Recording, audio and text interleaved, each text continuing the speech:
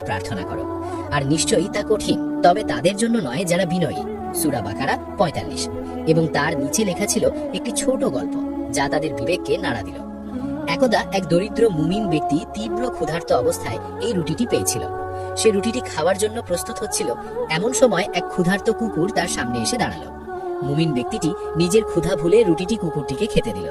আল্লাহ তার এই ত্যাগে খুশি হয়ে তাকে দুনিয়া ও আখেরাতের অফুরন্ত প্রতিদান দিলেন। এই গল্পটি পড়ে 3 চোরের মনে এক অদ্ভুত অনুভূতি হলো। তারা যারা অন্যের সম্পদ চুরি করে নিজেদের পেট ভরাত, তারা আজ এক শুকনো রুটির গল্প শুনে থমকে গেল। সলিমের চোখে পানি এসে গেল। তার মনে পড়ল তার মায়ের কথা, যিনি সবসময় তাকে সৎ পথে চলার উপদেশ দিতেন আর অল্পে তুষ্ট থাকতে বলতেন। মফিজও মাথা নিচু করে দাঁড়িয়ে রইল। তার বিশাল পেশিগুলো যেন এক মুহূর্তে দুর্বল হয়ে গেল। তার মনে পড়ল কতবার সে ক্ষুধার্ত মানুষকে দেখেও মুখ ফিরিয়ে নিয়েছে। কলিম, যে কিনা বরাবরই কঠোর মনের ছিল, তার মনেও এক অজানা ভয় ঢুকে গেল। তার চোর মন যেন প্রথমবারের মতো এক গভীর প্রশ্নের মুখোমুখি হলো। তারা এতদিন কি করছিল? তাদের জীবনের উদ্দেশ্য কি ছিল? এই রুটি আর কুকুরের গল্প যেন তাদের হৃদয়ের গভীরে এক নতুন আলোর ঝলকানি দিল। এই ঘটনাটি যেন তাদের মনে প্রাচীন আরবের সেই সব মুমিনদের কথা স্মরণ করিয়ে দিল, যারা চরম দারিদ্র্যের মাঝেও আল্লাহর উপর ভরসা রাখতেন এবং নিজেদের সামান্য সম্পদও অন্যের সাথে ভাগ করে নিতেন। তাদের মনে তখন আর ধন সম্পদের লোভ ছিল না, ছিল এক অজানা কৌতূহল আর এক গভীর অস্থিরতা। তাদের হৃদয়ে তখন এক নতুন জিজ্ঞাসা, এই কবরগুলো তাদের কি বার্তা দিতে চাইছে? তারা তৃতীয় কবরটি খুঁড়তে শুরু করলো। এবার তারা কোনো সিন্দুক পেল না, পেল শুধু একটি পুরনো কাঠের বাক্স। বাক্সটি খুলতেই তারা দেখলো ভেতরে আছে একটি ছোট তসবিহ আর একটি ভাঙা আয়না। আয়নাটিতে তাদের নিজেদের প্রতিচ্ছবি দেখা যাচ্ছিল, কিন্তু সেই প্রতিচ্ছবিতে তাদের চোর রূপের পরিবর্তে দেখা যাচ্ছিল এক অন্য চেহারা, যেখানে লোভ আর হিংসার পরিবর্তে ছিল অনুশোচনা আর ভয়। তাদের মনে হলো আয়নাটি যেন তাদের ভেতরের আসল রূপটা দেখিয়ে দিচ্ছে, তাদের পাপের কালিমা তাদের চোখে আঙুল দিয়ে দেখিয়ে দিচ্ছে। তসবিহটির নিচে লেখা ছিল একটি হাদিস, যা তাদের হৃদয়ে তওবার বীজ বপন করলো। রাসূলুল্লাহ সাল্লাল্লাহু আলাইহি ওয়াসাল্লাম বলেছেন, সত্যবাদিতা পুণ্যের দিকে পরিচালিত করে, আর পুণ্য জান্নাতের দিকে পরিচালিত করে, আর মিথ্যাচার পাপের দিকে পরিচালিত করে, আর পাপ জাহান্নামের দিকে পরিচালিত করে। এবং তার নিচে লেখা ছিল একটি ছোট কাহিনী, যা তাদের হেদায়েতের পথ দেখালো। এই কবরে এমন একজন ব্যক্তি শুয়ে আছেন, যিনি জীবনের বেশিরভাগ সময় পাপাচারে কাটিয়েছেন। তিনি ছিলেন একজন কুখ্যাত ডাকাত, যার নাম শুনলে মানুষ ভয়ে কাঁপত। কিন্তু মৃত্যুর পূর্বে তিনি আল্লাহর কাছে খাঁটি তওবা করেছিলেন। তিনি নিজের ভুল বুঝতে পেরেছিলেন এবং বাকি জীবন সততা ও তাকওয়ার সাথে কাটিয়েছিলেন। তিনি মানুষের কাছে ক্ষমা চেয়েছিলেন এবং তাদের অধিকার ফিরিয়ে দিয়েছিলেন। আল্লাহ তার তওবা কবুল করেছিলেন এবং তাকে ক্ষমা করে দিয়েছিলেন। এই কাহিনীটি পড়ে 3 চোরের মনে এক গভীর পরিবর্তন এলো। তারা বুঝতে পারল এই কবরগুলো কেবল মাটির ঢিবি নয়, এ যেন আল্লাহর পক্ষ থেকে তাদের জন্য এক বার্তা। তারা এতদিন যে জীবন যাপন করছিল তা ছিল পাপ আর অন্ধকারের জীবন। তারা একে অপরের দিকে তাকালো। তাদের চোখে তখন আর লোভের ঝলকানি ছিল না, ছিল অনুশোচনা আর হেদায়েতের আলো। কলিমের চোখ দিয়ে টপ টপ করে পানি পড়ছিল, যা মরুভূমির বালিতে মিশে যাচ্ছিল। মফিজ তার বিশাল হাত দিয়ে চোখ মুছছিল, তার পেশিবহুল শরীরটা যেন অনুশোচনায় নুয়ে পড়ছিল। আর সালিম, সে তো ফুপিয়ে ফুপিয়ে কাঁদছিল, তার কান্না যেন মরুভূমির নীরবতা ভেঙে দিচ্ছিল। তাদের হৃদয়ে তখন এক নতুন অনুভূতি, তওবা। তারা বুঝতে পারল আল্লাহর রহমত থেকে নিরাশ হওয়া উচিত নয়, বরং খাঁটি তওবা করলে আল্লাহ সব পাপ ক্ষমা করে দেন। এই ঘটনাটি যেন তাদের মনে ওমর ইবনুল খাত্তাব রাদিয়াল্লাহু আনহু এর সেই বিখ্যাত উক্তি স্মরণ করিয়ে দিল, তোমরা তোমাদের হিসেব নেওয়ার আগেই নিজেদের হিসেব নাও এবং তোমাদের ওজন করার আগেই নিজেদের ওজন করো। তাদের ঈমান যেন নতুন করে জেগে উঠল। ভোর হতে শুরু করেছে, পূর্ব আকাশে লালিমা দেখা যাচ্ছে, যা যেন তাদের নতুন জীবনের আগমনী বার্তা দিচ্ছিল। মরুভূমির শীতল বাতাস তাদের গায়ে প্রশান্তির পরশ বুলিয়ে দিচ্ছে। পাখিরা কিচিরমিচির করে গান গাইছে, যেন তারা এই 3 চোরের নতুন জীবনের আগমনী বার্তা দিচ্ছে। 3 চোর সেই কবরস্থানের মাঝখানে বসে রইল। তাদের হাতে কোনো ধন সম্পদ ছিল না, কিন্তু তাদের মনে ছিল এক নতুন সম্পদ, ঈমান আর তাকওয়ার আলো। তাদের হৃদয় তখন আল্লাহর ভয়ে কম্পিত, আর তাদের চোখ তখন আল্লাহর রহমতের আশায় উজ্জ্বল। কলিম, যে কিনা দলের সর্দার ছিল, সে প্রথমে কথা বলল। তার গলা তখন আর কঠোর ছিল না, ছিল নরম আর অনুতপ্ত। তার চোখে তখন এক নতুন দীপ্তি। আমরা ভুল করেছি ভাই সব, আমরা এতদিন অন্ধকারে ছিলাম। এই কবরগুলো আমাদের চোখ খুলে দিয়েছে, আল্লাহ আমাদের হেদায়েত দান করেছেন। কলিম আর মফিজও মাথা নেড়ে সায় দিল। তাদের মুখে তখন এক অদ্ভুত শান্তি। তারা সিদ্ধান্ত নিল তারা আর চুরি করবে না, তারা আল্লাহর কাছে খাঁটি তওবা করবে এবং বাকি জীবন সততা ও তাকওয়ার সাথে কাটাবে। তারা সেই 3টি কবরের পাশে দাঁড়িয়ে আল্লাহর কাছে ক্ষমা চাইল এবং নতুন জীবনের জন্য দোয়া করল। তারা বুঝতে পারল সত্যিকারের ধন সম্পদ হলো ঈমান, তাকওয়া, সবর এবং আল্লাহর সন্তুষ্টি। দুনিয়ার ক্ষণস্থায়ী সম্পদ মানুষকে কেবল ধ্বংসের দিকেই ঠেলে দেয়। সেই দিন থেকে কলিম, মফিজ আর সলিম তাদের পুরনো জীবন ছেড়ে দিল। শহরের কোলাহলপূর্ণ পথ ধরে তারা যখন ফিরে আসছিল, তাদের হৃদয়ে তখন অনুশোচনার এক গভীর ক্ষত। প্রতিটি পদক্ষেপে যেন তাদের অতীতের পাপগুলো কাঁটার মতো বিঁধছিল।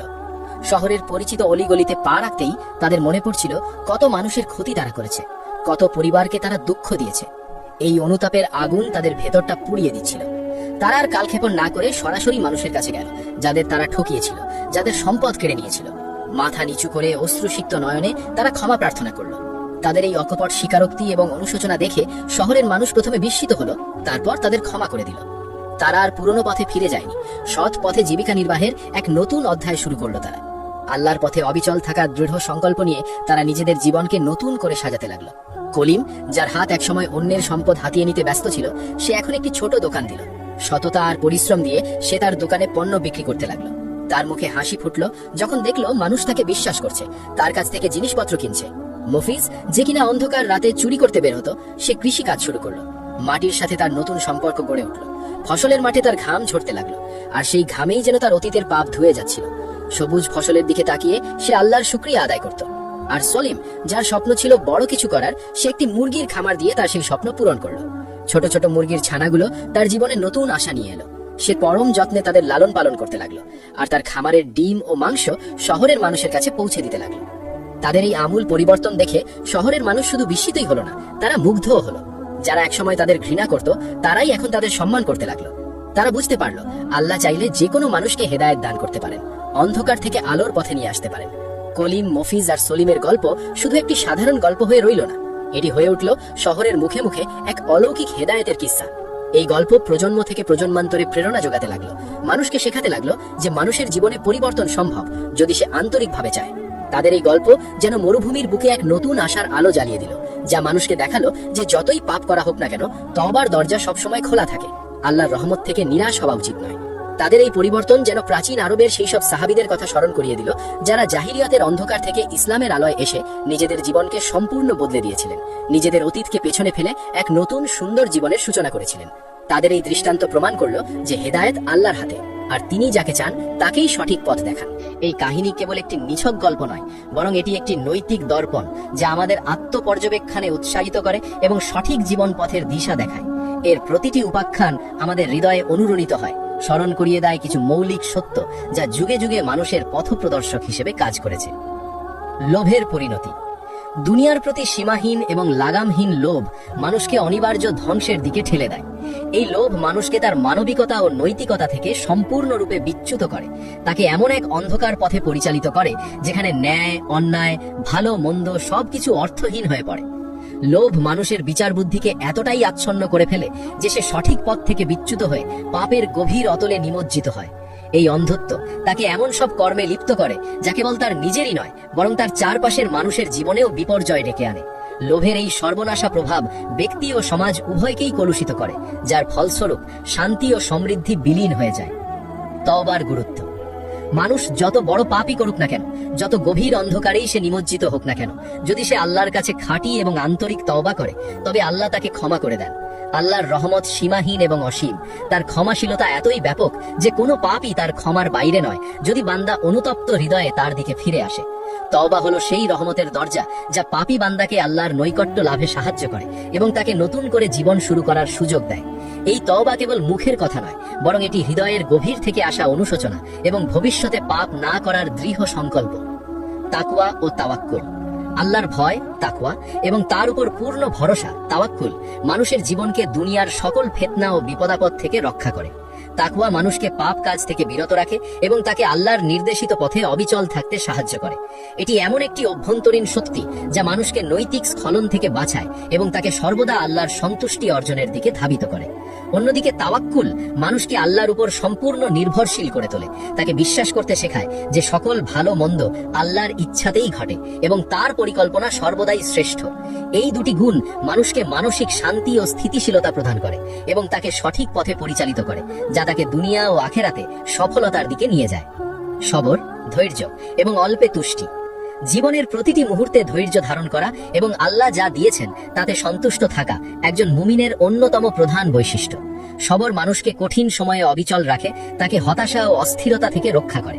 এটি তাকে প্রতিকূল পরিস্থিতিতেও আল্লাহর উপর আস্থা রাখতে শেখায় এবং বিশ্বাস করতে শেখায় যে প্রতিটি কষ্টের পরেই স্বস্তি আসে। অল্পে তুষ্টি মানুষকে লোভের করাল গ্রাস থেকে বাঁচায় এবং তাকে যা আছে তাতেই শুকরিয়া আদায় করতে শেখায়।